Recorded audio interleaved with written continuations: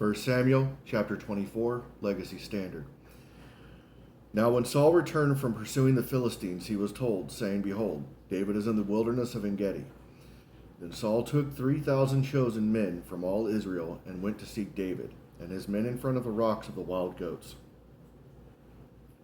And he came to the sheepfolds on the way, where there was a cave, and Saul went in to relieve himself.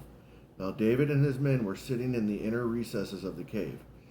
Then the men of David said to him, Behold, this is the day of which Yahweh said to you, Behold, I am about to give you your enemy into your hand, and you shall do to him as it seems good in your eyes. Then David arose and cut off the edge of Saul's robe secretly. And it happened afterwards that David's heart struck him because he had cut off the edge of Saul's robe. So he said to his men, Far be it from me, because of Yahweh, that it should do this thing to my Lord, the anointed of Yahweh, to send forth my hand against him, since he is anointed of Yahweh.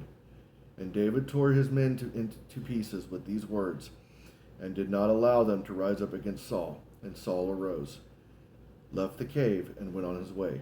Now afterward David arose and went out of the cave, and called after Saul, saying, My lord the king. And when Saul looked behind him, David bowed his face to the ground and prostrated himself.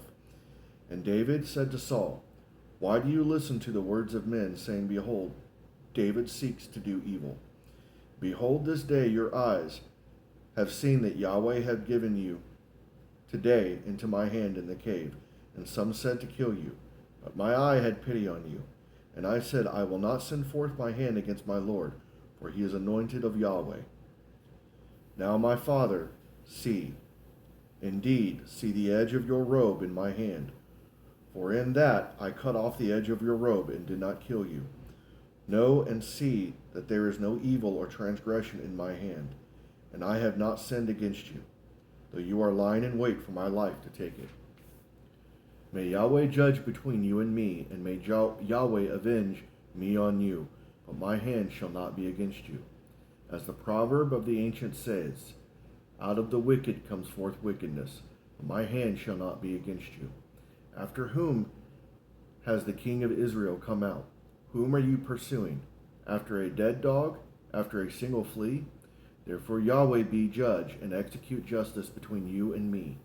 And may he see and plead my cause, and execute justice for me, to escape from your hand. Now it happened that when David had finished speaking these words to Saul, Saul said, Is this your voice, my son David? Then Saul lifted up his voice and wept. And he said to David, You are more righteous than I, for you have dealt well with me, while I have dealt evil with you. And you have declared today that you have done good to me, that Yahweh surrendered me into your hand, and yet you did not kill me. For if a man finds his enemy, will he let him go safely? May Yahweh therefore reward you with good in return for what you have done to me this day.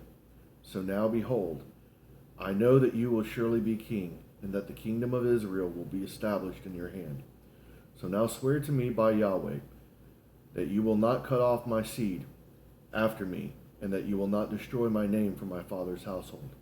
So David swore to Saul, and Saul went to his home, but David and his men went up to the fortress.